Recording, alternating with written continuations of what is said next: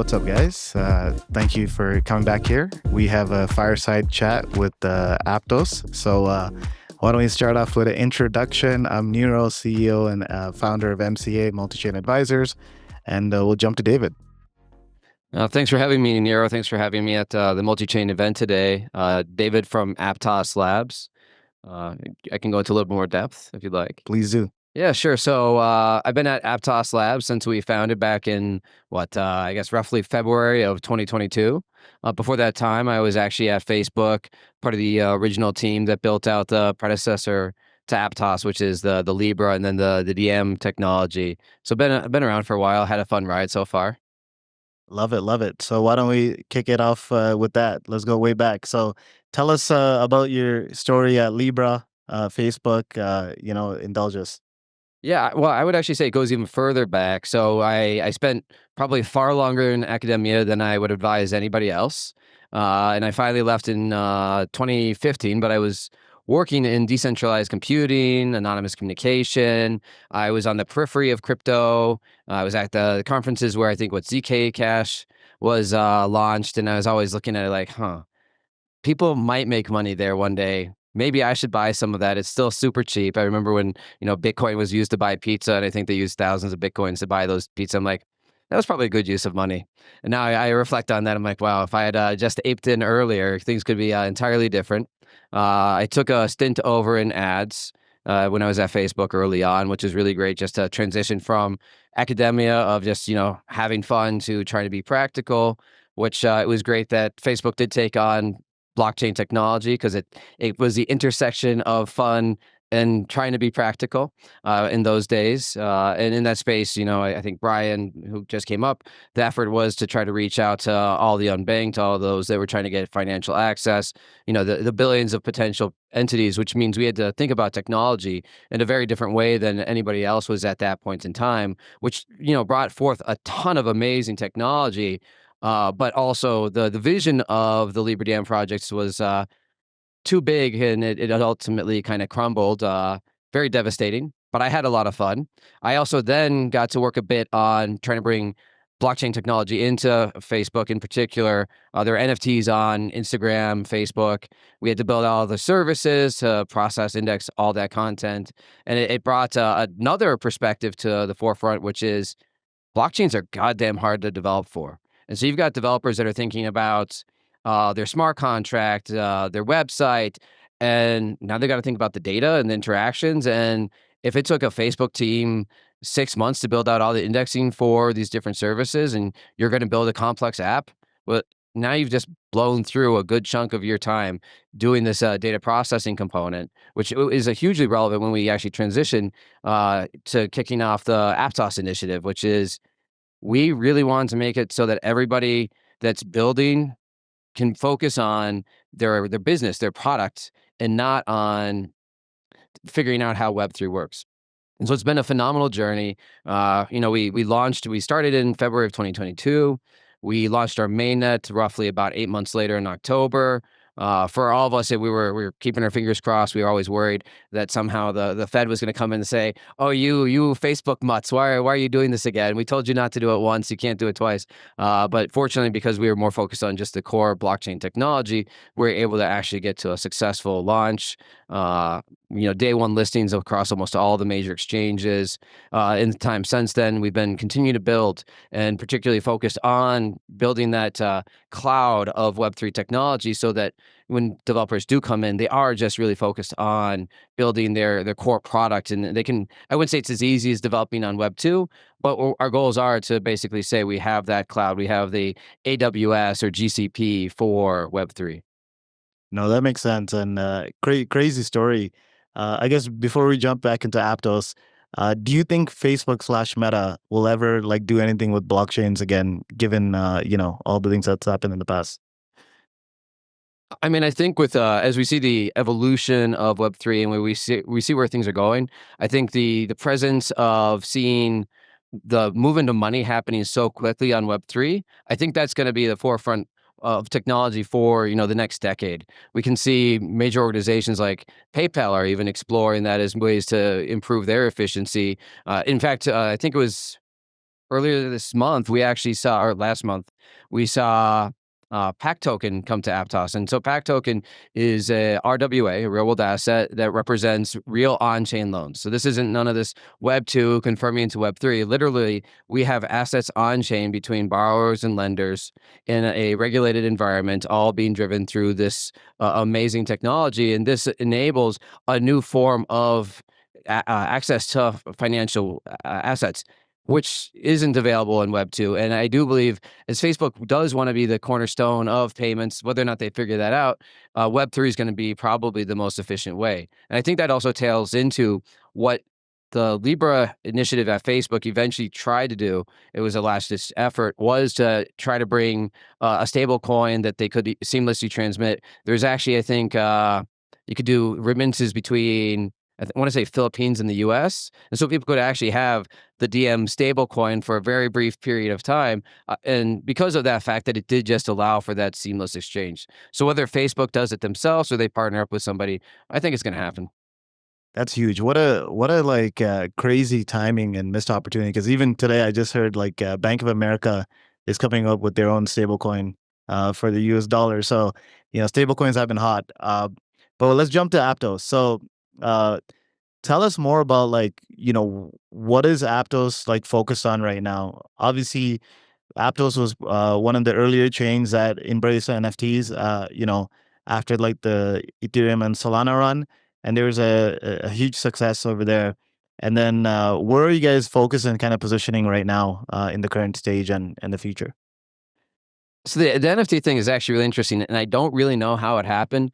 We just saw a lot of builders come to our chain, and they loved NFTs, and somehow the market just took with it, and we did actually see quite a resurgence.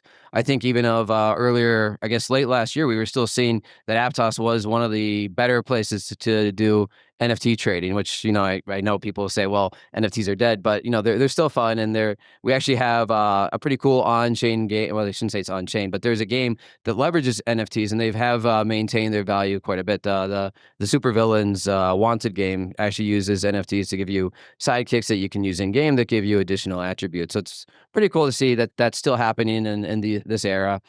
We also have Kid Labs, who's actually the largest NFT producer on Aptos, and they use it for ticketing for concerts. And so there are applications. The evolution of NFTs isn't PFPs. It's utility in real world and representing non-fungible assets on chain. But moving forward, that's kind of like the beginning. Where we are right now is I would say 2024 was the enterprise institutional era, and you could see it kind of really surfacing now. Where if you go to RWXYZ, you'll see Aptos is actually the fourth largest holder of real world assets, which is incredible. We've got quite a bit of distance between us and Ethereum, but I believe our folks back are going to be helping people realize the value of coming into Aptos. And the value, which I think is the cornerstone of your question, is right now on Aptos today, you can bring there 10,000 to 20,000 transactions per second and still maintain sub-second finality, or should I say end-to-end latency. And what that means is no matter what traffic we're experiencing, it's just going to work. I was actually doing a quick demo for someone of just doing a USDT transfer. I had to meet them up halfway for dinner and whatnot, and I showed them if they get access to this social login based wallet. We call it Aptos Connect. Brian alluded to it earlier. Effectively, you just go to Aptos Connect, you log in with your social account, and now you can receive funds seamlessly on Aptos. And I'm like, well, now that you've got this, let me send you the USDT. And within a split second, 0.64 seconds, it was already in their wallet, and they were able to go and do whatever they want with it. And that's the power of what Aptos has brought to the table to date. Now the question is, what do you do with that? Well, we've got the institutions are here. We've got stables coming. We've got USDC, USDT. Even Athena is now available on Aptos. And now we're looking to bring more payments opportunities and solutions in that space. We're looking for more DeFi protocols to come in. We just had this product called Hyperfluid come in. It's a complete on-chain order book for spot trading. I'm sure they're going to go into perps at some point in time. And now the question is, well, how do we make liquidity come in? How do we make this a seamless experience? And I mean, that's the title of this. And it's also what somebody said on the previous panel. bridging is painful. It's confusing. Somebody said, I've got to bring in my USDC, or I think it was USDT from Arbitrum to Aptos. What do I do? And I think their recommendation was take it to Ethereum, get USDT ETH, then you can take that USDT ETH to Aptos. But if you were to just take your USDT Arbitrum to Aptos immediately, say over Wormhole, you'd end up with this weird coin called USDT AB. And it's illiquid, and you'd be like, oh my gosh, did I just lose my money? This actually happened to me. I actually brought USDT over Avalanche into Aptos one time. It landed with USDT AV, and I'm like, I can't swap this for anything. And then it also got holed up on the Wormhole bridge for 24 hours with no notification. And so I did a bunch of research and found out, well, I exceeded a threshold. I think it was 100K of, bringing that into Aptos. And if you do that, it gets stuck for 24 hours as it goes through a review process to make sure there's no abuse.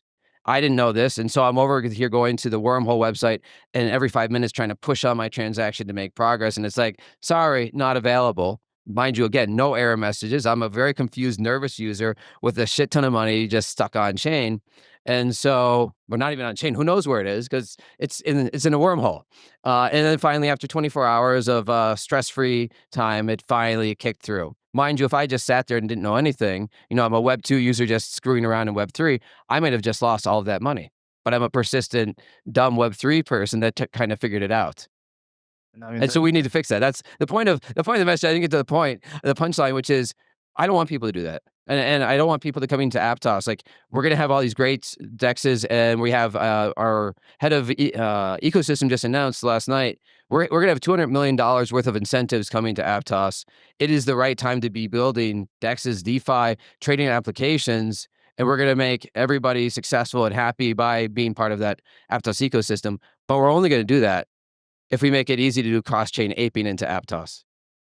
I mean, the blockchain is it's a scary place, and I wouldn't blame any Web2 user who, would have thought they lost all that money, because there's been much more crazy things that's happened where people have lost money for sure. But that's really exciting. Thank you for, sharing and clarifying that. I guess in terms of like some of the different industries that you guys are excited in outside of DeFi, what are some of those other areas looking like for you guys?